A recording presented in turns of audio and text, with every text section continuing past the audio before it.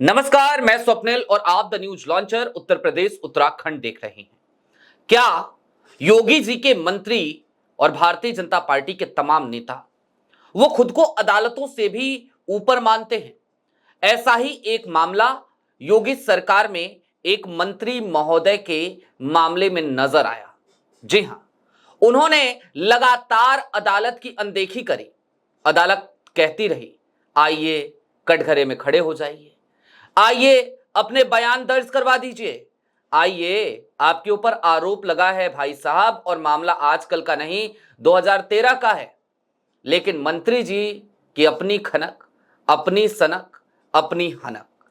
जाहिर सी बात है, अब तो सरकार भी है 2017 के बाद से भारतीय जनता पार्टी की, और इस बार तो वो बकायदा मंत्रिमंडल में शामिल है। तो भला अदालतों की क्यों सुनते? लेकिन अदालतों के पास कई विकल्प होते हैं। तो एक विकल्प ये भी कि चलिए मंत्री जी अगर खुद से नहीं आ रहे हैं तो फिर वारंट जारी कर दिया जाए। और इस बार अदालत ने यही किया, जज ने यही किया। बार बार न्यायपालिका की अनदेखी से परेशान होने का खामियाजा मंत्री जी को भुगतना पड़ा।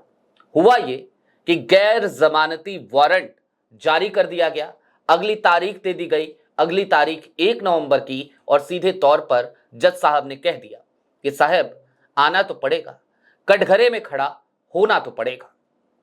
अब आप सोच रहे होंगे कौन है ये मंत्री जी, इतनी हनक किसकी है? तो एक नाम यदा कदा आप सुनते होंगे, नाम है दयाशंकर सिंह। बलिया से आने वाले दयाशंकर सिंह, योगी सरकार में परिवहन मंत्री दयाशंकर सिंह, जो जब भी मुंह खोलते हैं विवादित बोल बोल जाते हैं। उनसे ही जुड़ा हुआ एक मामला है, और यह मामला है 2013 का। दरअसल जिले में 144 धारा लागू थी। उसके बाद भी मंत्री जी ने ना पुलिस की सुनी ना प्रशासन की, सार्वजनिक सभा कर डाली, जिसके बाद उनके ऊपर मुकदमा दर्ज हुआ धारा 144 के उल्लंघन का।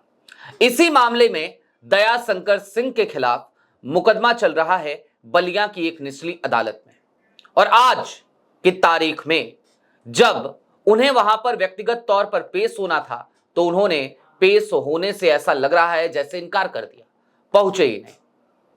सबसे पहले आपकी स्क्रीन पर अब जरा एक खबर है, मंत्री दयाशंकर सिंह के खिलाफ गैर जमानती वारंट जारी, 10 साल पुराने केस में नहीं हुए पेश। यही है मंत्री दयाशंकर सिंह। अब मैं आपको इस खबर का विस्तार बताता हूं कि दरअसल हुआ क्या। उत्तर प्रदेश सरकार में परिवहन मंत्री दयाशंकर सिंह की मुश्किल बढ़ गई। बलिया की एक अदालत ने उनके खिलाफ गैर जमानती वारंट जारी किया है, नॉन बेलेबल वारंट। यह मामला 10 साल पुराना है और धारा 144 के उल्लंघन से जुड़ा हुआ है। मंत्री ने अदालत में पेश न होने के चलते यह कार्रवाई की गई। यह 2013 का मामला है, जब जिले में धारा 144 के बावजूद दयाशंकर सिंह ने एक सार्वजनिक सभा का आयोजन किया था। उस समय प्रशासन ने इसे कानून व्यवस्था के उल्लंघन के रूप में दर्ज करते हुए उनके खिलाफ केस दर्ज किया था। तब से यह मामला न्यायालय में लंबित है। अदालत ने कई बार मंत्री को समन और हाजिर नोटिस भेजे, लेकिन वो पेश नहीं हुए। आखिरकार कोर्ट ने इस बार सख्त रुख अपनाते हुए गैर जमानती वारंट जारी कर दिया। अदालत ने अगली सुनवाई की तारीख 1 नवंबर तय की है और साफ निर्देश दिया है कि मंत्री को अगली तारीख पर व्यक्तिगत रूप से अदालत में उपस्थित होना होगा। मंत्री की ओर से अदालत में उपस्थित होने का कारण बताया नहीं गया है, ना उपस्थित होने का कारण नहीं बताया गया है। इस बारे में जानकारी अभी सामने नहीं आई है। फिलहाल कोर्ट के आदेश के बाद राजनीतिक हलकों में हलचल मच गई। अदालत की अगली सुनवाई में इस मामले पर आगे की दिशा तय होगी। लेकिन दोस्तों, अब थोड़ी देर के लिए यहां ठहरने की जरूरत है और कुछ चीजों का विश्लेषण करने की जरूरत है। यह तो धारा 144 के उल्लंघन का मामला है उत्तर प्रदेश का, लेकिन जरा सोचिए हालिया दिनों में न्यायपालिका को लेकर क्या क्या नहीं कहा गया और किस तरीके से उस मामले पर भी जश्न मनाया गया जिसने पूरे देश को शर्मसार किया था। आप समझ गए होंगे, हम बात कर रहे हैं एडवोकेट राकेश किशोर की, या फिर कि निशिकांत दुबे के उन तमाम बयानों की। उन तमाम बयानों के मद्देनजर न्यायपालिका पर हमले की जोरदार कोशिश लगातार की गई।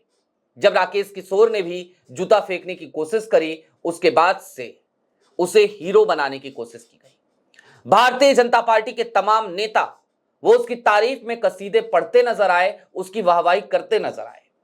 देश के सर्वोच्च न्यायालय के मुख्य न्यायाधीश, देश के सीजीआई यानी कि chief justice of India BR Gavai के साथ जिस तरीके का कृत्य किया गया, उसके बाद भारतीय जनता पार्टी के आईटी सेल और भाजपा से जुड़े हुए लोगों की जबान पर जिस तरीके की भाषा थी, जिस तरीके से वो इस बात का जश्न मना रहे थे, तालियां पीट रहे थे, राकेश किशोर को शाबाशी दे रहे थे, उसने भी ये बात कहीं हद तक जाहिर कर दी थी कि इनके मन में किस तरीके की नफरत है न्यायपालिका को लेकर, या फिर कि ये किस तरीके से न्यायपालिका को कमतर आंकते हैं।